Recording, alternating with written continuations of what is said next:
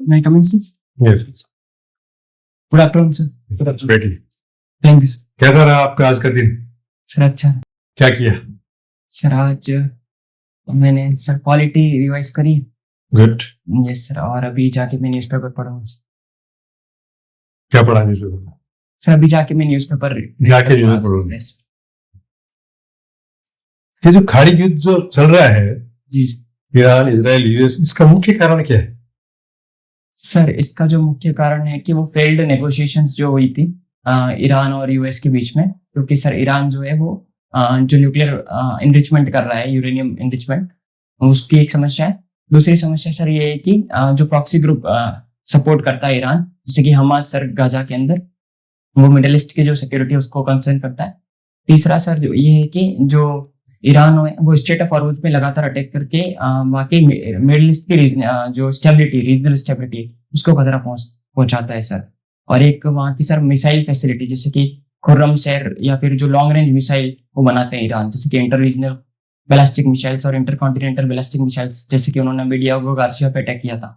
तो ऐसा ये जो मिसाइल, जो लॉन्ग रेंज मिसाइल वो डेवलप कर रहे हैं, वो मिडिल ईस्ट की सिक्योरिटी और साथ साथ यूएस के जो बेसिस है वहां पर, चाहे अलोडी एयर बेस है, उनको खतरा पहुंचाता है। तो उसके कंसर्न में ये वॉर रेज हुआ। फारस की खाड़ी और पश्चिम का जो ये टकराव है ना, बहुत पुराना है ऐसा बोलते हैं। कितना पुराना है सर? इसका जो कॉन्फ्लिक्ट है वो ईरान इराक वॉर से स्टार्ट हो गया था, जो जिसके अंदर यूएस ने पार्टिसिपेट करा था। और उसके बाद सर इराक वॉर, और उसके बाद जो अफगानिस्तान के अंदर यूएस ने इन्वेट करा था। तो लगातार यूएस का जो इन्वॉल्वमेंट है वो इस क्षेत्र में मिडिल ईस्ट की सिक्योरिटी में रहा। और इसके अलावा से ऑयल का प्रोडक्शन जब से सर मिडिल ईस्ट के अंदर हुआ है, तब से यूएस का इन्वॉल्वमेंट इस क्षेत्र में और बढ़ गया है। ट्रम्प साहब का एक स्टेटमेंट आती है, आपका जो शेयर्स है उनके बाजू चले थे, दूसरा आते ऐसे आए थे, इसके पीछे क्या कारण है? सर इसके पीछे ये कारण है कि सर जो अमेरिका का इन्वॉल्वमेंट है जियोपॉलिटिक्स के अंदर, वो बहुत स्ट्रांग है।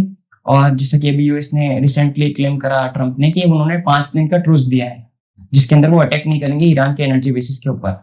तो उसकी वजह से सर जो इजी ट्रांजेक्शन हो पाएगा उस रीजन से, जो फ्यूल टैंकर से, उन सब चीजों का, तो उसकी वजह से जो एनर्जी क्राइसिस हम देख रहे हैं ग्लोबल इकोनॉमी के अंदर, वो ओवरकम हो पाएगा। तो जो एक रिलीफ हम कह सकते हैं कि इकोनॉमिक रिसेशन का, उसकी वजह से सर, रिलीफ की वजह से जो इन्वेस्टर्स हैं उनका सेंटिमेंट और मजबूत हुआ है। तो सर उसकी वजह से लोग ट्रम्प साहब की बातों को सीरियसली लेते नहीं ज्यादा, ऐसा मैंने क्या महसूस किया कि उनकी कहे ज्यादा कोई ध्यान देते नहीं है। यस तो इसके पीछे क्या कारण है? सर, मेरा मानना इस संदर्भ में कुछ और है कि सर ट्रम्प जो है वो यूनाइटेड स्टेट्स, जो कि मोस्ट पावरफुल कंट्री है, उसके पावरफुल है, लेकिन इसमें हम पर्सन की बात कर रहे हैं। वो कहते कुछ है, करते कुछ है, ऐसा मतलब कैसा रहता है? मतलब फर्स्ट से मतलब ये पलटी मारते, यू टर्न मार लेते हैं। आपका क्या कहना है इस बारे में? यस सर, कुछ जो एक्सपर्ट्स हैं फॉरेन पॉलिसी के, वो कहते हैं कि स्ट्रेटेजिक इनकंसिस्टेंसी हमको देखने को मिलती है यूएस की फॉरेन पॉलिसी के अंदर।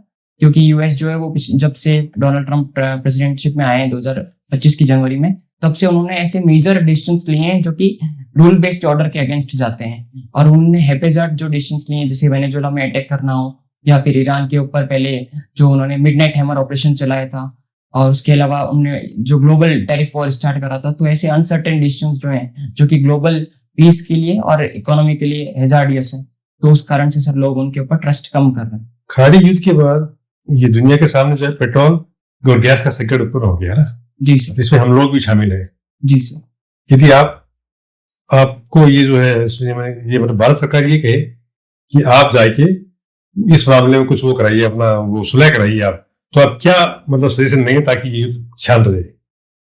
सर इस मामले में सबसे पहले तो जो भारत की सरकार का जो मुद्दा है कि डीएस्केलेशन और डिप्लोमेसी को सपोर्ट करती है भारत, कि उनके बीच के अंदर नेगोशिएशंस जो ऑलरेडी चल रहे थे, भारत उस वक्त भी जो पीसफुल रिजोल्यूशन ऑफ कॉन्फ्लिक्ट था उसको सपोर्ट करता था। तो जो यूएस है, उन्होंने कॉन्फ्लिक्ट के दौरान ही उन्होंने स्ट्राइक्स स्टार्ट कर दी। तो ये सबसे बड़ा एक मेजर कंसर्न है। और अब वो फिर से डिप्लोमेसी की तरफ आगे बढ़ रहे हैं। तो मुझे लगता है कि सर जो सॉल्यूशन है वो सिर्फ और सिर्फ डिप्लोमेसी से आ सकता है, और डायलॉग बेसिस सॉल्यूशन हो सकता है। तो अभी जो रिजोल्यूशन अगर मैं अपॉइंट करा जाता हूँ वहाँ पे ऐसे मीडिएटर के रूप में, तो मैं एक तो सर डायलॉग और डिप्लोमेसी को प्रमोट करूंगा। दूसरा सर दोनों जो पार्टी हैं, चाहे वो ईरान हो, चाहे वो इजराइल और यूएस हो, उनके जो कंसर्न्स हैं उसको ऊपर सॉल्व करने की जरूरत है। जब तक हम सिक्योरिटी कंसर्न सॉल्व नहीं करेंगे दोनों कंट्री पार्टीज के, तो ये जो कॉन्फ्लिक्ट है वो फ्यूचर में फिर से एस्केलेट होने के चांसेस बने रहेंगे। तो सर हम कंसर्न सॉल्व करने की कोशिश करें। खाड़ी युद्ध से भारत ने क्या सबक लिया? सर खाड़ी युद्ध से एक तो सर हमने ये समझ लिया कि सर हमें जो एनर्जी डाइवर्सिफिकेशन करने की सख्त जरूरत है। तो इंडिया ने अभी रशिया, ऑस्ट्रेलिया और कनाडा से गैस जो है हमारे एलपीजी के प्राइस मंगाना स्टार्ट कर दिया है सर। दूसरा सर भारत जो है वो अपनी आंतरिक मजबूती के ऊपर भी फोकस कर रहा है, आत्मनिर्भरता के ऊपर। तो उसके लिए सर हम एक्सपोर्ट डाइवर्सिफिकेशन पे फोकस कर रहे हैं, जैसे कि हमारा एक्सपोर्ट सर अभी फार्मास्यूटिकल का हैम्पर हुआ है, खास करके मिडिल ईस्ट के अंदर बासमती राइस का हैम्पर हुआ है, तो हम एक्सपोर्ट डाइवर्सिफिकेशन पे भी फोकस कर रहे हैं। तीसरा सर ये है कि भारत जो है वो मैक्रो इकोनॉमिक स्टेबिलिटी पे पुश कर रहा है, जिससे कि हमारे जो इकोनॉमिक रेसिस्टेंस का जो खतरा रहता है, लगातार हमारे जो एफपीआई या एफआईआई बाहर जा रहे हैं भारत से, उसको भी हम रिजोल्व करने के लिए हम मेजर रिफॉर्म्स इकोनॉमी के अंदर ला रहे हैं, ताकि हमारी डोमेस्टिक जो मैन्युफैक्चरिंग सेक्टर है वो और मजबूत हो और ग्लोबल क्राइसिस को हैंडल करने के लिए और बेहतर बन सके। डॉलर के मुकाबले रुपया आज की तारीख में ये न्यूनतम स्तर पे है, जी सर। तो 94.5 ऐसा कुछ हो गया है। जी सर। तो इसको स्टेबल करने के लिए क्या करेंगे ताकि और नहीं गिरावट आए इसमें? सर अभी इसी महीने के अंदर 4% से हमारा जो रुपया है वो गिरा है डॉलर के सामने। तो सर सबसे पहला हम जो इसके अंदर कर सकते हैं कि जो हमारे फॉरेक्स है उसको मार्केट में थोड़ा सा रिलीज करके एक हमारे जो रुपये उसको स्टेबल करा जा सकता है।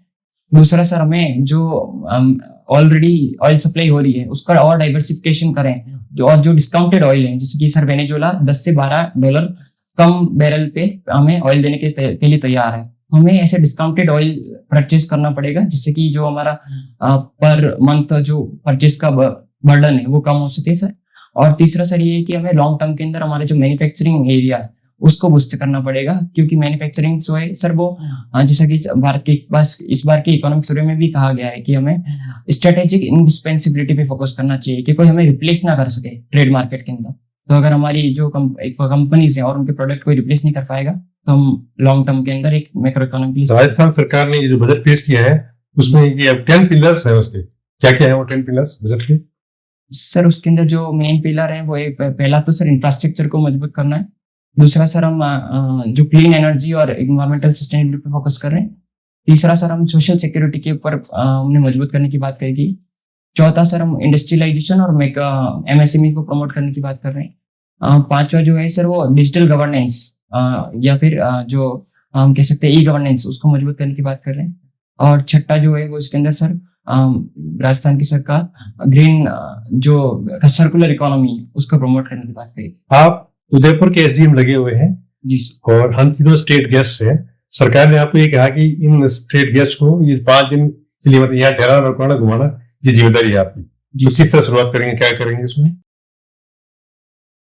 सर उदयपुर के अंदर, उदयपुर में आप एसडीएम लगे हुए हैं जी सर, और सरकार ने आपको बताया कि हम तीनों स्टेट गेस्ट हैं। स्टेट गेस्ट समझते हो ना? जी सर, इनकी प्रोटोकॉल फॉलो होती है पूरी यहाँ। जी सर।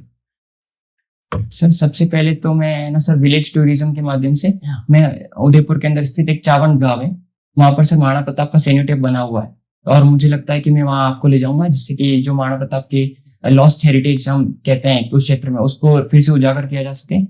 तो हम उसके ऊपर कुछ बात कर सकते हैं सर। दूसरा सर हम जैसमन लेक जो है उदयपुर के अंदर स्थित है, वहाँ का भी टूरिज्म पोटेंशियल हमें और बढ़ाने की जरूरत है। तो हम अगर मैं आपको ले जाता हूँ तो उसको जो लाइमलाइट मिलेगी मीडिया के माध्यम से, क्योंकि आप एक स्टेट गेस्ट हैं, तो उससे भी वो प्रमोट होगा जैसमन लेक जो है। तीसरा सर मैं आपको जो ले जाऊंगा वो हाड़ा रानी पैलेस जो है हमारे यहाँ का। हाड़ा रानी पैलेस जो है वो उसेलुम्बर के अंदर स्थित है, और वहाँ परंतु हमारा तो इनमें कोई इंटरेस्ट नहीं है जो आप बता रहे हैं सर। जैसा कि आपने कहा टूरिज्म प्लेसेस, तो मैं टूरिज्म प्लेसेस की बात कर रहा था। आपकी उदयपुर एसडी पोस्टेड है, आपको बड़े घुमाना फिराना है, हमारे हम लोग को आप खिलाए करेंगे, घुमाए करेंगे ना, 5 दिन के लिए हम रहेंगे, ये होगा हम नहीं कि वहां देखेंगे। जी सर। तो सर वहाँ से टूरिज्म प्लेसेस के अलावा सर और अगर मेरे को आप पूछना चाह रहे हैं तो सर उदयपुर के अंदर जो सिटी में स्थित है हम वहाँ पे भी घूम सकते हैं। आप सबसे पहले जैसे ये मालूम करें कि आप किस किस कन्वेंस से कहाँ से आ रहे हैं। ये तो ये आ रहे हैं, ये तो बाय ट्रेन आ रहे हैं या बाय रोड कोई कार वार से आ रहे हैं, तो ये पता लगाएंगे हमारे में। आप तो एसडीएम में प्रोटोकॉल फॉलो करनी है ना आपको।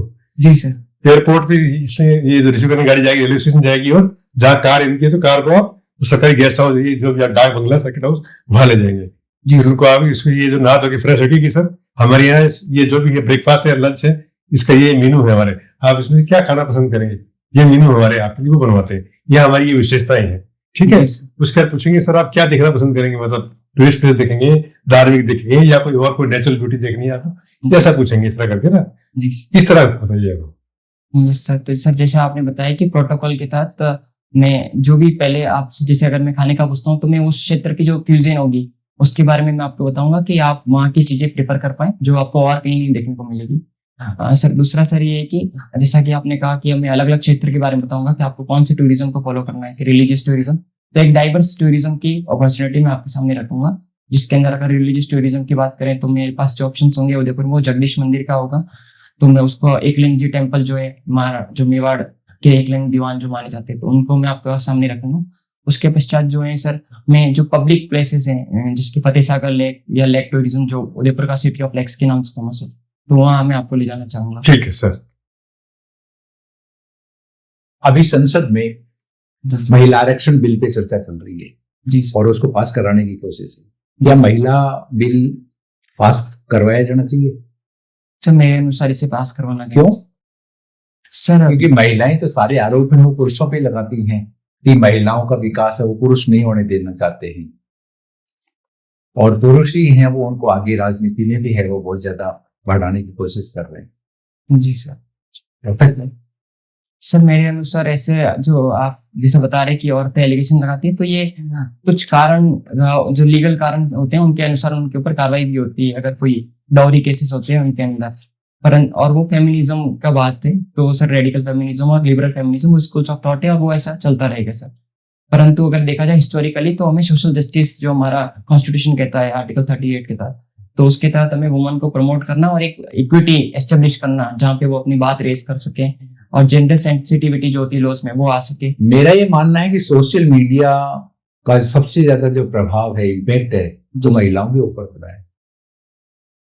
जी सर। मतलब ऐसा सर सब क्षेत्रों पे पड़ा है पर महिलाओं पे भी पड़ा है उसका, और जिसे हम देख सकते हैं सर वुमन को उजागर करने का, उनकी जो समस्या है उसको उजागर करने में सोशल मीडिया ने अहम रोल निभाया है, जिसकी मीटिंग मोमेंट हम कहते हैं। अभी कुछ देशों ने तो बच्चों के सोशल मीडिया पे है वो प्रतिबंध लगा दिया। जी सर। अभी रिसेंट है वो ऑस्ट्रिया ने भी है वो सोशल बैन कर दिया है बच्चों के लिए। जी सर। क्या भारत में भी है वो बच्चों के ऊपर है वो इस तरह का बैन है वो लगा देना चाहिए? सर मुझे लगता है कि कंप्लीट बैन उचित नहीं होगा। हम ये जरूर है कि हमें उसके ऊपर कुछ रिस्ट्रिक्शंस लगाने तो चाहिए। कंप्लीट बैन भारत के लिए उचित नहीं होगा, उन देशों ने लगा दिया वहां उचित है?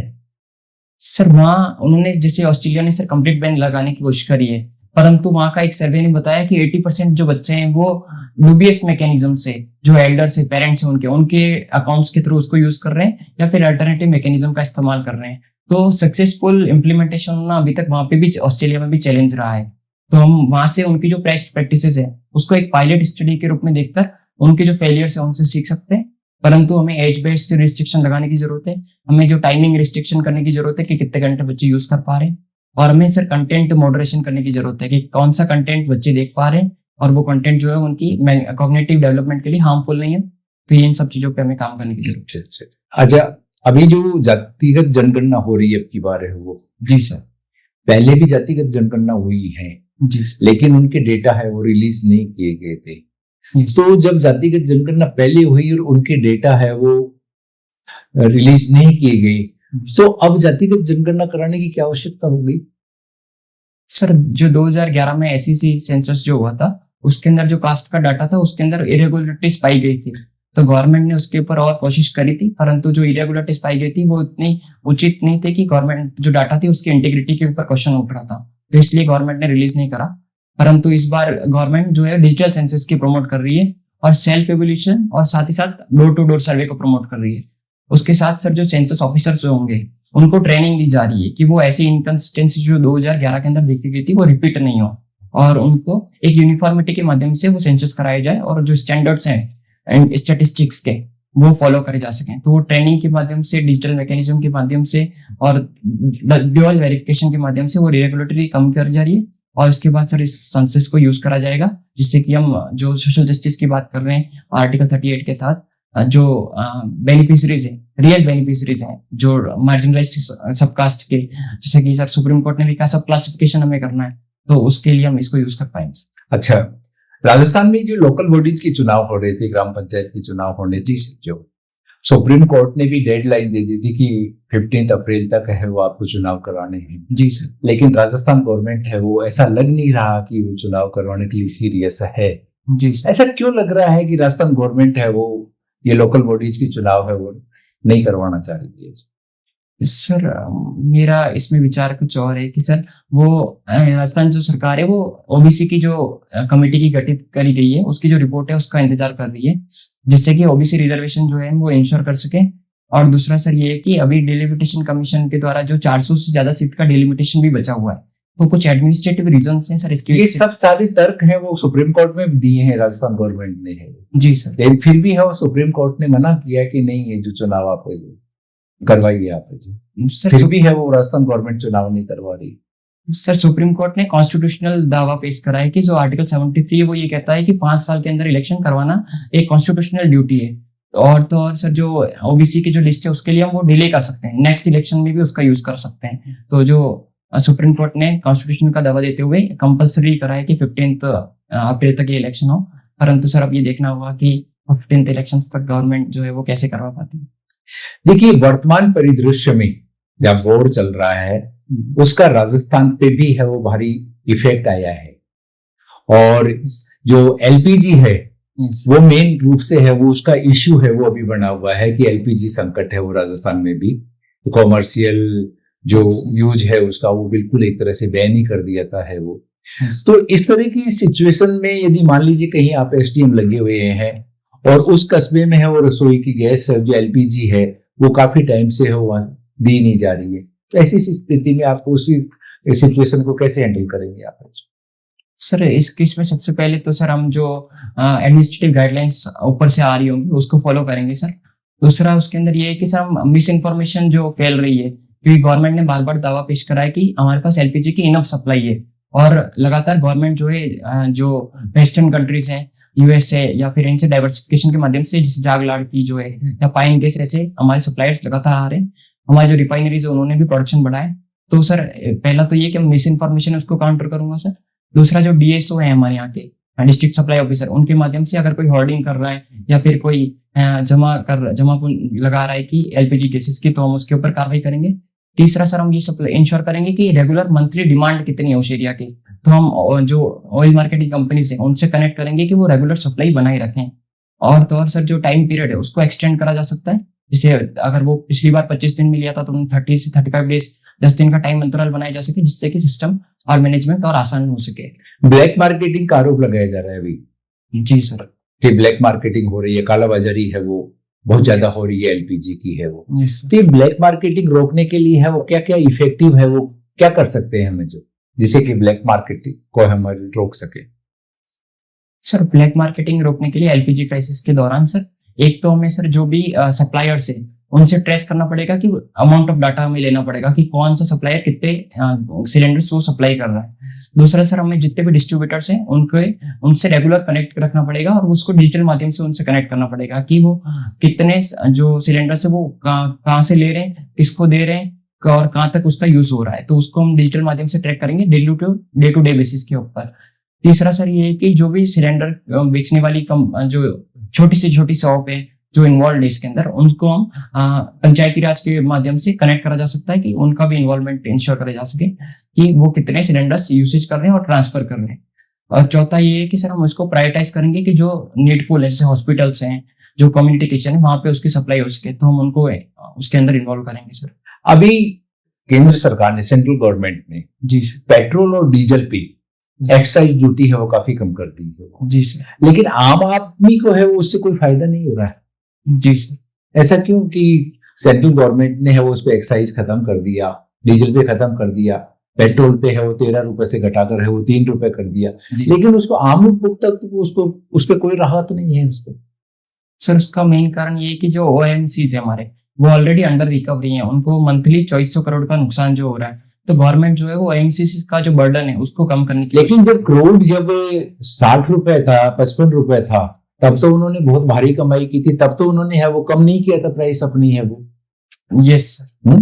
तो सर परंतु सर अभी जो प्राइस का वेरिएशन आया वो $70 जो $70 पर बैरल था वो अब सीधा 120 पे पहुंच गया है। तो इतना एक्सट्रीम उनकी कमाई सर उस ये वक्त। तो 70 पे था, तब तो क्या रिबेट दी थी क्या, प्राइस कम की थी क्या? तब तो कम नहीं की थी, तब तो ये है जो काफी प्रॉफिट कमा रहे थे। और अब जब लॉस होने लगा तो गवर्नमेंट ने है वो इनको है जो, जबकि है वो एलपीजी की प्राइस है वो गवर्नमेंट ने बढ़ा दी थी। ये भी है जी जो आम आदमी को तो बोझ डाल दिया था, और कंपनीज को है वो सब्सिडाइज करने के लिए, कंपनीज का लॉस कम करने के लिए उन्होंने एक्साइज ड्यूटी को कम कर दिया। जी सर। तो सर इसका मेन ये कि सर अभी जो प्राइसेस है वो बर्डन ओएमसीज का जो इकोनॉमिक बर्डन है उसको कम करने के लिए गवर्नमेंट अपना लॉस देख रही है। 1.55 लाख का करोड़ रेवेन्यू लॉस होगा हमें इसके लिए। परंतु सर जो कंपनीज है उनको 7,000 करोड़ का हर 15 दिन के अंदर नुकसान हो रहा है, और उसकी वो भरपाई कर नहीं पा रही ओएमसीज जो है। तो इसकी वजह से उनके जो स्टॉक्स होंगे वो गिर जाएंगे, और लॉन्ग टर्म के अंदर एनर्जी क्राइसिस आने की समस्या को ओवरकम करने के लिए और ऑयल मार्केटिंग कंपनी की जो परचेसिंग कैपेबिलिटी है वेस्टर्न बाहर से फॉरेन कंट्रीज से, उसको इंश्योर करने के लिए, और लॉन्ग टाइम में अगर ये वॉर लंबा चलता है तो उसकी वजह से जो क्रूड ऑयल की जो कंपनीज हैं वो फॉल्ट में नहीं आए, तो उसको ध्यान में रखते ही न्यूज पेपर्स में भी आया था कि है वो डोनाल्ड ट्रंप ने है वो प्रधानमंत्री मोदी जी से है वो बात की है। जी सर। तो इस न्यूज को है वो काफी बड़ा चढ़ा के बताया गया कि युद्ध के समय में है वो बात की है। क्या बात की होंगी अभी इस संदर्भ में है वो? सर इस संदर्भ में सर भारत ने जो सिविलियन नुकसान जो हो रहा है, सिविलियंस के जो लाइफ लॉस हो रही है उसके ऊपर बात करिए उस क्षेत्र में। दूसरा सर सिविलियन इंफ्रास्ट्रक्चर है और एनर्जी इंफ्रास्ट्रक्चर जो मिडिल ईस्ट है उसको नुकसान नहीं पहुंचाया जाए, इसके ऊपर कंसर्न्स रेज करें यूएस के साथ। क्योंकि अगर वो और उसके अगले दिन ही सर जो ट्रम्प है उन्होंने अनाउंस करा कि वो 5 दिन का ट्रूस दे रहे, तो ये कहीं कहीं सर भारत के एक डिप्लोमेटिक जीत भी हम देखते हैं। नहीं तो लेकिन ट्रंप की बातों का तो कोई विश्वास ही नहीं कर रहा है। ट्रंप का जो एक्सेप्टेड जो रेशियो है वो भी काफी डाउन हो गया, लेकिन फिर भी है वो अपनी जो कहते हैं कि किसी भी कार्य प्रणाली में हो किसी तरह का चेंज नहीं लाए हैं वो। सर उनकी जो एक्सेप्टेंस है वो कम जरूर हुई है, परंतु जो यूएस की हार्ड पावर है और उनकी जो कैपेसिटी है ग्लोबल लेवल पे इन्फ्लुएंस करने की वो इतनी मजबूत है कि उनके छोटे स्टेटमेंट से भी प्रभाव पड़ जाता है। तो भले ही ट्रम्प के इंडिविजुअल तौर पे पर्सनैलिटी का एक्सेप्टेंस है और उनकी जो रेटिंग्स है यूएस के अंदर भी देखा जाए वो कम हुई है, परंतु जैसे कि उन्होंने कहा कि 5 दिन का उन्होंने जो ट्रूस दिया है तो उससे ग्लोबल जो सेंटिमेंट होता है या परसेप्शन जो होता है कंट्रीज का वो इन्फ्लुएंस होता है। तो भारत को सर उस संदर्भ में भी इसको देखना चाहिए कि कैसे भारत के द्वारा है वो इन दोनों देशों के बीच में, ईरान और इजराइल के बीच में जो युद्ध चल रहा है, इसके संदर्भ में कोई भी स्टेटमेंट है वो जारी नहीं किया जा रहा है। सर मेरी जानकारी के अनुसार भारत की जो सरकार है उन्होंने जो टेरिटोरियल इंटीग्रिटी का वॉल्यूशन हुआ है उसको कंडेम करा है, और तो और भारत ने जो गल्फ स्टेट्स के ऊपर अटैक्स हो रहे हैं लगातार उसके ऊपर भी यूएनएससी के अंदर एक रेजोल्यूशन में को स्पॉन्सर करा था। तीसरा सर भारत के जो प्राइम मिनिस्टर मोदी है उन्होंने मसूद पेजिशकियान जो थे हैं प्रेसिडेंट ऑफ ईरान, उनको भी कंडोलेशन जाहिर करे जो उनके सुप्रीम लीडर की डेथ हुई थी। तो सर कहीं ना कहीं भारत जो है वो डिप्लोमेटिकली पूरी तरीके से एंगेज है सर दोनों साइड से। ये इस्लामिक नाटो का क्या हुआ कि इस्लामिक नाटो की गई थी, तो इस्लामिक नाटो का कोई रह गया क्या, इसमें कोई औचित्य रहा क्या?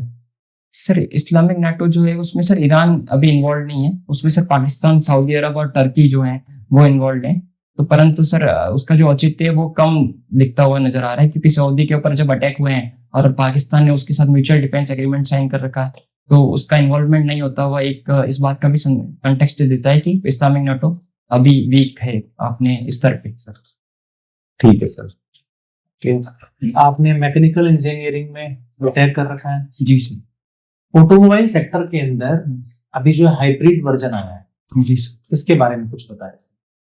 सर ऑटोमोबाइल में जो है वो अभी हाइब्रिड व्हीकल्स प्रमोट करी जा रही है, प्लग इन हाइब्रिड और सिंपल हाइब्रिड के अंदर, जिसके अंदर इलेक्ट्रिक मोटर्स जो होंगी जो इलेक्ट्रिक व्हीकल्स में यूज होती हैं उसका भी इस्तेमाल होगा और गैसोलीन इंजन जो होते हैं उसका भी इस्तेमाल होगा, जिससे कि जो दोनों की कमियां हैं वो कम करी जा सके और ऑप्टिमल जो एफिशिएंसी है उसको इंश्योर करा जा सके। आप ये बताएं कि आज के 10-15 साल पहले पेट्रोल पंप पे एक प्रैक्टिस हुआ करती थी जिसमें लिखा जाता था होर्डिंग्स के थ्रू कि शीशा रहित पेट्रोल। जी सर। वो क्या था और अभी जो क्यों नहीं लिखा जाता? यह शीशे का जो कंपोजिशन था पहले पेट्रोल के अंदर वो ज्यादा था, ये भी अभी खत्म कर दिया। और अगर शीशे का होता था तो इस पे जो इंजन है किसी भी गाड़ी का उस पे कितना प्रतिकूल प्रभाव पड़ता है?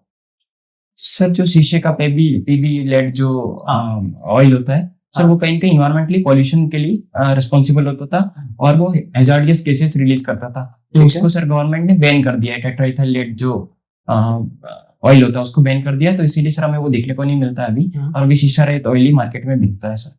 अगर पेट्रोल में अगर एथेनॉल मिला दिया जाए यस तो पर्यावरण के साथ में अनुकूल है तो प्रतिकूल? सर, वो पर्यावरण के साथ अनुकूल है सर। अनुकूल है। जी सर। चलिए, अभी हम कभी कभी इंसिडेंट ये देखते हैं कि वाइल चार्जिंग के साथ में अगर ईवी को अपन चार्ज कर रहे हैं उसके बाद में सडन उसमें क्या हो जाता है, ब्लास्ट हो जाता है।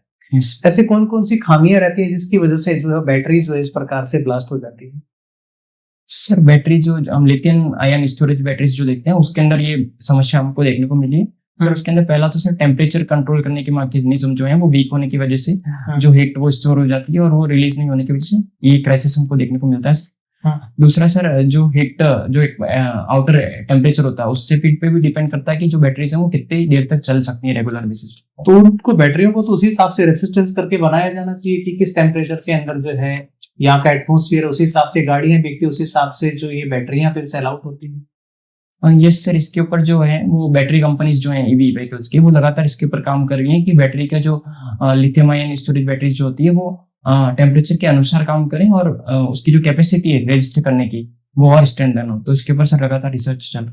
आप बताएं कि एक अन्य साधारण वाहन इंजन और एक MPFI इंजन जो होता है उसमें कितना फर्क होता है? सर, MPFI एक प्रकार का ही इंजन है जिसे मल्टी पॉइंट फ्यूल इंजेक्शन कहते हैं सर। ये डीजल इंजन के अंदर यूज करा जाता है जिसकी जो कंप्रेशन रेशियो होती है वो ज्यादा होती है और उसकी जो हमें फ्यूल ऐड करना होता है after stoichiometric air fuel ratio met करने के बाद। तो सर ये फ्यूल इंजेक्शन एक तो ऐसा इंजन होता है जहाँ स्पार्क दिया जाता है और फ्यूल इंजेक्शन के अंदर कंप्रेस्ड एयर जो होती है उसके अंदर फ्यूल रिलीज करा जाता है सर, जिससे कि उसकी नॉकिंग कम से कम हो और लार्ज अमाउंट ऑफ एयर। अगर स्पार्क वाले में अगर तो नॉकिंग इंजन की ज्यादा होगी कम होगी? सर, नॉकिंग की समस्या जो होती है वो दोनों में होती है, परंतु उसके लिए सर जो ऐसे इंजन होता है उसके लिए कंप्रेशन रेशियो कम रखा जाता है जिससे कि नॉकिंग की समस्या कम हो, और अगर उसको बढ़ा दिया जाए कंप्रेशन रेशियो को तो नॉकिंग बढ़ जाती है। और वैसे ही सर डीजल में भी है। डीजल में भी है। व्हीकल्स के अंदर सिलेंडर्स का बड़ा इंपॉर्टेंस रोल है कि 2 सिलेंडर है 4 सिलेंडर है। जी सर। क्या दर्शाता है? सर, नंबर ऑफ सिलेंडर्स जो होते हैं वो एक तो पावर जनरेशन कैपेसिटी को दर्शाते हैं। ठीक है। दूसरा सर फ्रिक्शन लॉसेस जो होते हैं सर, इसके अंदर एक हम मॉथ टेस्ट होता है उसके अंदर हम ये पता लगाते हैं कि मल्टीपल सिलेंडर जो होते हैं वो उसकी फ्रिक्शन पावर कितनी है, तो हम इसको फ्रिक्शन पावर मिनिमाइज करने की कोशिश करते हैं जिससे कि मैक्स टू मैक्स हमारा ब्रेक पावर जनरेट हो सके। तो जर्मनी मेड गाड़ियां और इंडियन मेड गाड़ियों के अंदर फर्क क्यों होता है? सर, पहला तो ये मार्केट बेस्ड डिफरेंसेस हैं। तो भारत की जो इंजन बेस की अगर बात करें जी सर, कि वहां की जो गाड़ियां उनका इंजन जो है वो ज्यादा मतलब कह सकते हैं कि फ्यूल एफिशिएंट भी होती हैं, वो उसके बाद में बल्कि होती हैं। जी सर। और इंडिया में ऐसा देखने को नहीं मिलता। सर, मेनली सर वो कंपनी बेसिस का डिफरेंस है, क्योंकि वहाँ की जो कंपनीज है वो ये लग्जरीज व्हीकल्स बनाती हैं, वो हैवी इंजन जो हाई सीसी इंजन होते हैं उसके ऊपर काम करते हैं। और दूसरा सर वो इफिशिएंट इंजन के ऊपर कम फोकस करके वो जो प्रोडक्ट एनर्जी बेसिस कितना पावर वो जनरेट कर पाएगी उस पर ध्यान देते हैं। जबकि भारत का जो मार्केट सेगमेंट है वो सर एक large amount of section population है, वो कम पैसों की जो चीप कार्स होती है उसके प्रमोट कर अफोर्डेबल कार्स के ऊपर फोकस करता है। परंतु सर भारत में भी ऐसी कंपनियां हैं जो हाई सीसी के ऊपर काम करी, जैसे कि सर रेंज रोवर जो है टाटा ओन कंपनी, वो सर ऐसे इंजन जो है वो बनाती है। अभी रफेल जो स्वदेश में निर्मित हो रहा है, ये कौन सी भारतीय कंपनी के साथ में सैन्य सहयोग से हो रहा है? MOU है ना अभी? ये सर दसाल्ट एविएशन के साथ भारत ने दसाल्ट तो कर ही रहा है, वो तो इसकी हो गई। इंडिया के कौन सी कंपनी है जो PSU कंपनी है? सर मैं गैस कर सकता हूँ सर, HAL। बिल्कुल जी। इसके अलावा उसका को पार्टनर और कौन है? सॉरी सर, मुझे इसकी जानकारी नहीं, मैं इसके ऊपर रिविजिट करूंगा। ओके, आप ही बताएं कि तेजस मार्क 1 और अभी सेकंड वर्जन पे भी काम चल रहा है। जी सर। कौन सी टेक्नोलॉजी का इस्तेमाल किया गया है इसमें? कावेरी इंजन के बारे में सुना है आपने? सर जी सर, जो इंडिजिनियस इंजन है भारत। इसकी और जो कंपोनेंट्स कहाँ से हम कर रहे हैं इसके साथ में दोनों? सर इसके अंदर एक तो JE414 इंजन जो है वो हम US से मंगा रहे हैं, तेजस के अंदर जो यूज होगा। ठीक है। Yes sir. और सर बाकी जो मेजोरिटी जो पोर्शन है वो तेजस का वो भारत का इंडिजिनियस होगा। ओके, आप इंटरनेशनल इवेंट्स में काफी रिलेशंस में बातचीत करना पसंद करते हैं। जी सर। कौन से पे बात करें आपसे बताएं, तो आप किस पे कंफर्ट है बताएं। सर ईरान के ऊपर, वेनेजुएला के ऊपर या रशिया। वेनेजुएला, ठीक है।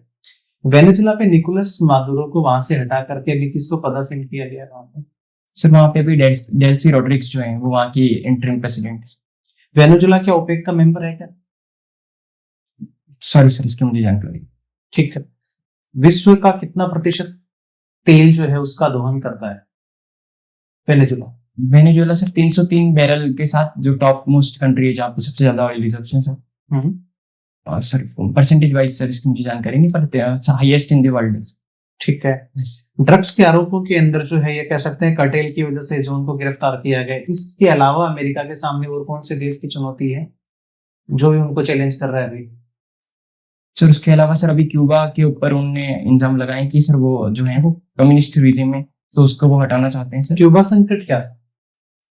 सर क्यूबा क्राइसिस जो था वो यूएसएसआर और यूएस के बीच में जो बाइपोलर टेंशन्स थे उस वक्त हुआ था, जब यूएसएसआर ने अपनी कुछ मिसाइल फैसिलिटीज जो थी वो क्यूबा के अंदर रख रखी थी, जो कि यूएस की जो स्ट्रेटेजिक सिक्योरिटी या नेशनल सिक्योरिटी उसके ऊपर सवाल पैदा करती थी। अभी कोई न्यूक्लियर पावर से संबंधित ऐसी कौन सी ट्रीटी थी जो रसिया और अमेरिका के बीच में थी और उसको भी कंटिन्यू नहीं किया गया और वो ड्रॉप हो गई? सर न्यू स्टार्ट ट्रीटी जो थी वो यूएस और यूएस रशिया के बीच के अंदर हिस्टोरिकली चलती आई है, जो कि न्यूक्लियर वेपन्स के ऊपर कंट्रोल और डिसआर्मामेंट के ऊपर बात करती है। भारत ऐसे कौन कौन से सैन्य संगठनों का मेंबर है? सर भारत एक तो एमटीसीआर का मेंबर है सर, मिसाइल टेक्नोलॉजी जो रिजीम है उसके ऊपर, कंट्रोल रिजीम के ऊपर। दूसरा सर भारत ऑस्ट्रेलिया ग्रुप का मेंबर है, जो कि बायोलॉजिकल वेपन्स और केमिकल वेपन्स के ऊपर बात करता है। कब मिला था इसके अंदर ये वाला? सर ऑस्ट्रेलिया वाला सर, सॉरी सर इस वक्त मैं वो ईयर रिकॉल नहीं कर पा रहा हूँ। ठीक है। और तीसरा सर भारत जो है वो अभी जो एनएसजी है उसके अंदर जुड़ना चाहता है, न्यूक्लियर सप्लायर्स ग्रुप के अंदर। और उसके अलावा चाइना एग्रीमेंट। चाइना क्यों विरोध कर रहा है उसका? सर चाइना एक तो सर हमारे जो जियोपॉलिटिकल रिलेशंस हैं उसको देखते हुए सर, दूसरा सर हम उनके पड़ोसी देश हैं, तो चाइना नहीं चाहता कि भारत जो वो इतनी तेजी से ग्रो कर रहा है, तो जियोपॉलिटिकल कंसर्न्स और एक कॉम्पिटिटिव रेस की वजह से sir China oppose. SIPRI report के अनुसार भारत के अंदर न्यूक्लियर वेपन्स कितने हैं? सर भारत के अंदर जहां तक मेरी जानकारी 157 के करीब जो है वो कुछ 5 से 10 पाकिस्तान से हमारे पास ज्यादा वेपन्स। आप फुटबॉल खेलना पसंद करते हैं? जी सर। क्या खेलते हैं फुटबॉल में? सर फुटबॉल में मैं एज ए मिडफील्डर खेलता हूँ। मिडफील्डर? जी सर। मिडफील्डर कौन कौन से हैं आपके आइडल? सर मिडफील्डर जो हैं जिनको मैं जनरली फॉलो करता हूँ, तो सर वो वैसे सेंटर फॉरवर्ड में एज ए प्ले करता हूँ, परंतु मिडफील्डर के अंदर सर जो खेलते हैं वो एक तो सर हमारे जो संदेश जिंगन सर जो खेलते हैं। ब्राजील के रोनाल्डो का क्या खेलते हैं? सर वो ब्राजील के पुर्तगाल के रोनाल्डो। नहीं रोनाल्डो। Yes sir. लंबे सॉरी सर, मिडफील्डर के रूप में खेलता हूँ। अभी मेसी ने कौन सा रिकॉर्ड तोड़ा? अभी कौन सा रिकॉर्ड बनाया अभी उन्होंने? सर गोल करने वाला कितने मैचेस के अंदर? सर उन्होंने 954 गोल अपने अचीव कर लिए, सॉरी 890 गोल अपने अचीव कर लिए, तो वो सेकंड हाईएस्ट के ऊपर है सर अभी। पुर्तगाली खिलाड़ी क्रिस्टियानो रोनाल्डो कौन से अरब कंट्री के उससे कंट्रीज के फुटबॉल क्लब से खेलते हैं? सर वो सऊदी अरब प्रो लीग जो है उसके अल नसर से खेलते हैं। अल नसर से। जी। फीफा में रैंकिंग क्या है इंडिया की? सर 142। ओके, अभी कहाँ हो रहा है इस बार? सो इस बार यूएसए, कनाडा और मेक्सिको तीनों कंट्रीज। राजस्थान के एक जो है अर्जुन अवार्डी फुटबॉलर कौन है? सॉरी सर इस वक्त मैं उनका नाम निकल नहीं कर पा रहा सर। चलिए ठीक, thank you sir. Petrol engine car में यदि गलती से डीजल डल जाए तो क्या होगा? Sorry sir, petrol engine car में गलती से अगर डीजल भर दिया जाए तो क्या होगा? सर एक तो सर नॉकिंग की समस्या होगी, क्योंकि डीजल का कंप्रेशन रेशियो ज्यादा होता है और पेट्रोल का कम पे काम होता है, तो नॉकिंग की समस्या। दूसरा सर डीजल जो होगा वो कम, मतलब वहाँ की जो लुब्रिकेंट्स होगा उसको ओवरकम करेगा, तो फ्रिक्शन जो होती है और जो लॉन्गर रेट ऑफ वर्किंग होती है जो इंजन के पार्ट्स की जो लॉन्ग ड्यूरेशन सेल्फ लाइफ होगी वो कम हो जाएगी सर। और तीसरा ओवरऑल जो पावर जनरेशन होगा वो कम हो जाएगा सर इंजन का। पेट्रोल पंप से लिखा होता है कि इसमें ये जो DEF यूरिया उपलब्ध है, पढ़ा आपने कहीं? DEF यूरिया उपलब्ध है जी, क्या है, क्यों लिखा है, कहाँ काम आती है? Sir DEF diesel exhaust fluid जो होता है उसके अंदर यूरिया बनाने का इस्तेमाल करा जाता है, मतलब यूरिया उसके अंदर यूज होता है सर, जो कि जो एफिशिएंसी है डीजल इंजन की उसको बढ़ाने में यूज करी जाती है। और जो पॉल्यूशन हो रहा है उसके वजह से, उसको कम करने में। वर्ल्ड का सबसे बड़ा ऑटोमोबाइल मैन्युफैक्चर देश कौन है?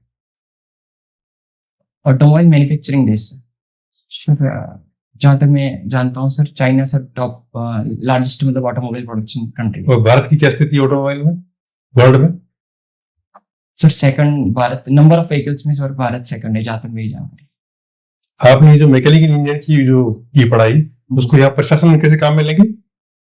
सर प्रशासन के अंदर एक तो सर जो गवर्नमेंट की पॉलिसीज है मैकेनिकल इंजीनियरिंग फील्ड से जुड़ी हुई, उसको बेहतर ढंग से इम्प्लीमेंट करना, जैसे कि सर BS6 इंजन की जो रेगुलेशन है उसको इन्फोर्स करना। दूसरा सर जो इंडस्ट्रियलाइजेशन होता है उसको प्रमोट करने के अंदर जो प्रोडक्शन चेन को एफिशिएंट करना, और जो फॉरवर्ड और बैकवर्ड लिंकेजेस हैं, जैसे कि सर कोई इंडस्ट्रियल एरियाज हैं, वहां पर ये इंश्योर करना कि जो प्रोडक्शन बहुत ऑप्टिमाइज हो सके, और ईज ऑफ डूइंग बिजनेस बढ़ाने के लिए हम काम कर सकते हैं सर। मैकेनिकल इंजीनियरिंग के जो प्रोडक्शन प्रिंसिपल्स होते हैं उसको यूज कर सकते हैं। तीसरा सर हम वाटर इरिगेशन या ड्रिप इरिगेशन है उसको प्रमोट करने के अंदर और एग्रीकल्चर डेवलपमेंट के अंदर मैकेनिकल इंजीनियरिंग के ठीक है। LPG और PNG में क्या अंतर होता है? सर PNG जो होती है और आपने सर LPG पूछा, सर LPG होती है वो लिक्विफाइड पेट्रोलियम गैस होती है, जो कि लिक्विफाइड फॉर्म में होती है, और उसका जो कंपोजिशन होता है वो प्रोपेन और ब्यूटेन होता है। जबकि जो आपने दूसरा पूछा सर PNG जो होती है वो सर नेचुरल गैस होती है, तो उसमें उसका जो कंपोजिशन होता है वो मेथेन बेस्ड होता है, और वो पाइप के थ्रू सप्लाई करी जाती है। तो उसके जो गैसियस फॉर्म में होने की वजह से जो इन्फ्लेमेबिलिटी है, जलनशीलता है जो है उसकी वो कम हो जाती है, तो वो कम खतरेदायक होती है LPG के कंपैरिजन में। वेनेजुएला का क्रूड ऑयल ये किस क्वालिटी का है? सर वेनेजुएला के पास हैवी क्रूड है, जो कि भारत की रिफाइनरीज के लिए ज्यादा बेहतर है। इंडिया में रिफाइनरीज कहाँ पर है? सर भारत में फिलहाल 26 रिफाइनरीज हैं भारत में अभी। उसमें जो मेजर रिफाइनरीज हैं सर, एक तो जामनगर की, जो कि दुनिया की सबसे बड़ी रिफाइनरी। दूसरा सर राजस्थान के अंदर बाड़मेर में एक इंटीग्रेटेड कॉम्प्लेक्स लगाया गया सर। तीसरा सर मथुरा के अंदर रिफाइनरी कॉम्प्लेक्स है। चौथा सर जो आसाम के अंदर बोंगईगांव और उस तरफ एक रिफाइनरी कॉम्प्लेक्स है, और ऐसे करके सर। और राजस्थान में LPG के ये बॉटलिंग प्लांट्स कहाँ पर है? सॉरी सर, इसकी मुझे जानकारी। ठीक है, आपका इंटरव्यू संपूर्ण हुआ, आप जा सकते हैं। थैंक्स।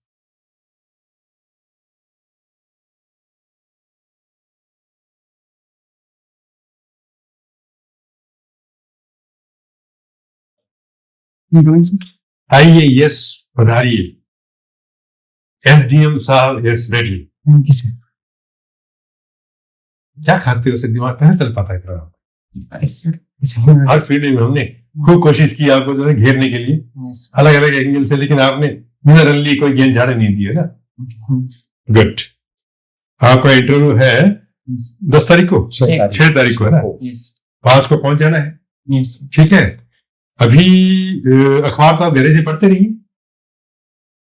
जी सर, न्यूज़पेपर पढ़ते हैं, न्यूज़पेपर गहरे से पढ़ते रहेंगे, है ना? जी सर। और क्योंकि जॉब में नहीं है तो कुछ कुछ सब्जेक्ट को भी मोटा मोटा जो है हेडलाइंस बहुत ज्यादा गहराई वैसे है मैंने लिख रखा है इसमें जॉब के बारे में। हाँ, प्राइवेट जॉब लिख रखा है इसने। हाँ, वो लिखा है, उसके बारे में आप देख लेना। हमने क्वेश्चन नहीं किया है, देख लेना। तो प्राइवेट सेक्टर में काम कर रहे हो तो कहेंगे कि क्यों आ रहे हो गवर्नमेंट में? गवर्नमेंट में उतने पैसे तो मिलते नहीं आपको जितने प्राइवेट सेक्टर में मिल रहे हैं, फिर क्यों आ रहे हो आप? सर मैंने उसका आंसर एक तो ये सोच रखा है कि सर मेरा इंटरनल मोटिव है कि मैं पब्लिक सर्विस के अंदर आऊं, और जो डाइवर्स सेक्शन की जो पॉपुलेशन की जो ग्रीवेंसेस हैं उसको मैं दूर करने के पर काम करूं। और सर ये मेरा रियल मोटिव है, तो मैं यही बताना चाहता हूँ। परंतु ये कि सर इसके ऊपर वो पूछेंगे कि आप पब्लिक इंटरेस्ट के पर ये सब बोलते हैं, परंतु मेरा जो रियल लिख रखा कि आपने वहां की मैं प्राइवेट में जॉब कर रहा हूँ, सर ये मैंने डेफ में लिख रखा है। तब तो बताना ही पड़ेगा। नहीं, परंतु सर अगर इसके ऊपर क्वेश्चन पूछे जाते हैं तो वो मैंने प्रिपेयर कर रखा है। तो ठीक, कोई बुराई नहीं, हर आदमी अपना बेटरमेंट चाहता है। एनर्जी लेवल आपका अच्छा है वैसे। हाँ, पहले हम एक बार पहले मिल चुके हैं। Yes sir. तो परफॉर्मेंस तो क्वाइट गुड है। पहले अपन इसके बारे में चर्चा कर चुके थे कि भाई आप इंजीनियर हैं तो इसमें क्यों आना चाहते हैं। तो वो इस बार हम तीनों ने प्रयास वो किया कि इस क्षेत्र से बात ना करके किसी और क्षेत्र में बात करें। तो वो तो आपका क्वेश्चन तो सही है। पहले भी आपका अच्छा ही बताया था हमने। जी सर। जी सर। सर थे। हाँ नहीं, बहुत अच्छा था। अच्छा नहीं, बहुत अच्छा था, और आज भी बहुत अच्छा है। Thank you sir. और 6 तारीख को और भी अच्छा होगा। और भी अच्छा होगा। सर ये मैं लिख के देता हूँ आपको ना, इतना हमें विश्वास है आप पे, आपको तो जरा होना चाहिए ना। सर बस सर डर ये कि उस दिन वो दिन भी मेरा साथ दे, क्योंकि ये उस दिन अरे! की बात होती है ना सर, इंटरव्यू तो। कर्म किए जाए फल की इच्छा मत करें, मतलब यस आप कर्म कर रहे हो अपना अच्छा ही होगा। पहला ही इंटरव्यू है, यस सर, पहला ही प्रयास है, यस सर। तो ये तो बहुत बड़ी चीज है। तो आपको कब बुलाया? 8:45 बजे कब बुलाया? 8:45 कि 9:45? सर पौने 12:15 पौने 12:15 यस 12 साथ में खाने के लिए रखेंगे चॉकलेट्स वगैरह कुछ, यस एनर्जी लेवल मेंटेन करेंगे। यस बहुत ज्यादा परेशान नहीं, उस दिन आराम से नींद नहीं पूरा उस पहले रात को, सुबह उठ के घूमे फिरेंगे ताजी हवा में, यस अखबार को पढ़ लेंगे। यस आपसे आगे कैंडिडेट जब चल जाएगा अंदर इंटरव्यू में, आप वॉशरूम में जाके अपने आप को ठीक कर लेंगे, भाई मैं अच्छा सा ड्रेस टू फ्रेश हूँ, आगे बैठ जाएंगे। हल्की सी घबराहट हो सकती है आपको भी, क्या पता और होती है, आपको होती नहीं हो सकती है, उसके लिए लंबे गहरे सांस लेके बाकी आपकी बहुत बढ़िया, मतलब आप फर्स्ट डिवीजन कैंडिडेट है, 60+, बिल्कुल बहुत 60+ कैंडिडेट। बहुत अच्छे कैंडिडेट। पेपर अच्छे हुए हैं। Yes sir.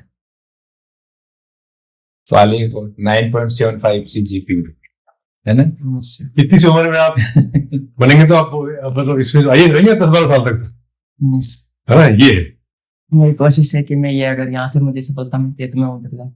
मैंने अगर मतलब यदि इतनी मिलेगी, आप हटाओ ये फंड बटन लगाने, मैं यहाँ से सफल होऊंगा ही, यदि अगर मैं आप मतलब वैसे सर इस बार मैंने यूपीएससी का भी मेंस दिया था, तो उसमें मैं कुछ नंबरों से आ गया था मेंस के अंदर।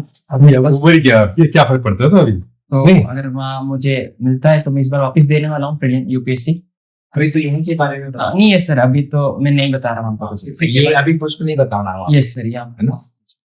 बढ़िया है। तो उसका मैं सर छेड़छाड़ नहीं करूंगा ही नहीं, मैं यूपीएससी के बारे में यूपीएससी के बारे में बात ही वो फालतू रहता है, कोई मतलब नहीं है। हाँ यस इसीलिए करो कसम तो देगा अच्छा। शुभकामनाएं, ऑल द बेस्ट। शुभकामनाएं हैं बहुत बेस्ट। खुली हवा में खूब घुमा करो, यस और कुछ ये जो ताजे फल वगैरह सलाद खाया करो अच्छे से, हेल्दी चीजें है ना, बहुत बढ़िया। ठीक है सर।